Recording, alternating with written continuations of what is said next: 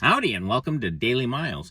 Do me a solid, if you be so kind, hit that like button down below. It really helps out the channel with the algorithm. And while you're down there, please hit the subscribe button for more content. If this is your first time here, thanks a bunch for clicking into my video. If you've been here before, thanks a bunch for subscribing. Ding!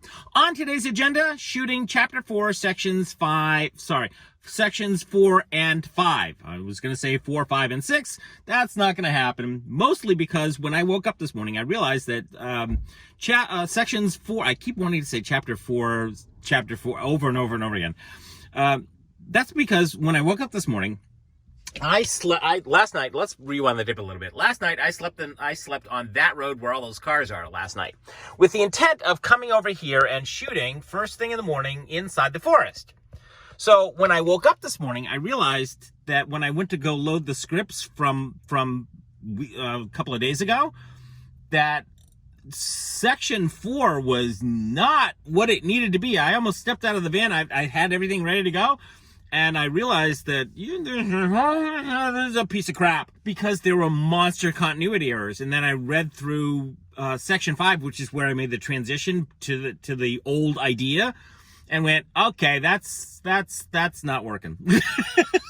So it's about 2:00 in the afternoon. It has taken me the better portion of the last 6 hours, in between other things, to reformat section 4, or to rewrite section 4 so that it flows properly into section 5, and to retweak section 5 so that it flows properly into section 6, so that there are no continuity errors, because there was a monster continuity error that I'm not going to show you in any way, shape, or form. Anyways, long story short, I'm going to go shoot sections 4 and 5 today. I was going to try and shoot sections 4, 5, and 6. That's not going to happen. Although you never know. I might get in there and go, yeah, I'm feeling energetic. Not. So I'm going to shoot sections 4 and 5 and get those out to you immediately. So without further ado, here's section 4. Amelia Stories, Chapter 4, Section 4, Amelia's Love Life. My grandmother was dating a lot during this time. She told me I was having fun. There were good dates and bad dates, men that kissed and men that just wanted a good time. And then there were the men that wanted me to be the mother of their children, kind of sort of like the butcher on Seaver Street, she said.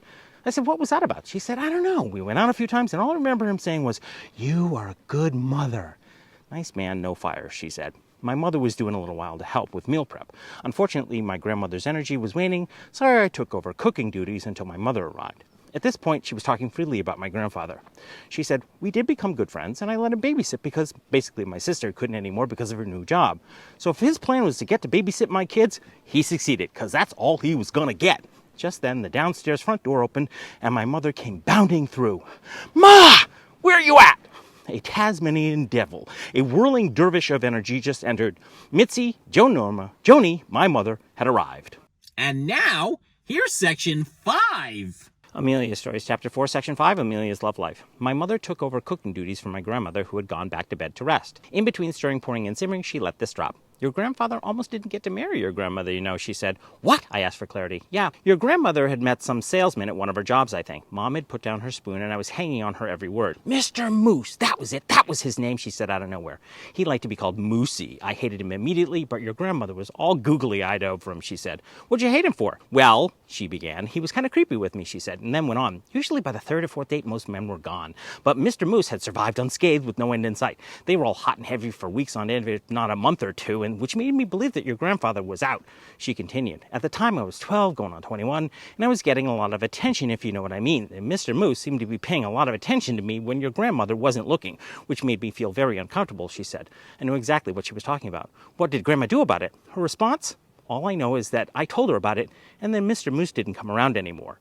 I think that is enough from me today. Do you think not? I think not. I think that is all that you need to hear from Mr. Miles today. But before we go, we have to do today's patron appreciation. And today's patron appreciation goes to Dan. Who's Dan? Let me spell ya. So this goes back to, I think, 2011, 2012, somewhere in there. The local tango teacher in Buffalo had zipped off to Argentina because it was his first trip. It was not my first trip. And he needed somebody to fill in for his classes. And I was selected. So I went up to Buffalo, hung out, and my first night there, I met Christine. As it turns out, Christine is on her way to getting married, and the guy that she's about to marry is Dan. So Dan and I become basically fast friends, and Christine ends up becoming my teaching assistant for all my classes. And she ends up becoming a proponent of the way in which that I teach. And truth be told, Christine was a teacher in and of her own right before I walked in the door. She was a fabulous teacher up until that point. And even afterwards became even better. So if you are in Buffalo and you want to learn how to dance Argentine tango, I strongly suggest you go hang out with Christine. She's a fabulous, wonderful teacher and is actually holding the community together. She's a stalwart proponent of Argentine tango, so you really should go study with her if you have the desire. Anyways, back to Dan. So she introduces me to Dan, and Dan and I become fast friends. He takes a couple of lessons from me, and over time we end up engaging in a myriad of different, very different ways.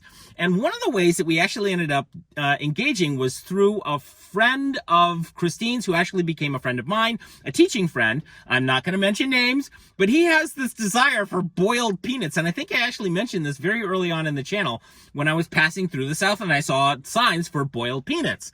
Both Dan and I looked at him and went, "Boiled what?" And he said, "Yeah, boiled peanuts." So it's become a long-running joke between the three of us whenever we see, a sign for boiled peanuts. Anyways, make a long story short, Dan and I become good friends, and I got nothing but the kindest things to say about Dan. He's a fabulous, wonderful human being, and I just wanted to say a heartfelt thank you very much, Dan, for your donations. It's kept me on the road. He's not a Patreon supporter, but he is, he's off Patreon. He's basically a patron. So that's all I wanted to say. It's just thank you very much, Dan, for your donations. Alrighty. That is enough yapping from me today. Thank you very much to all of my patrons on and off Patreon, as well as Facebook and YouTube. So thank you very much for watching, and I hope you all have a lovely day, and I look forward to seeing you in the next Daily Miles. Bye!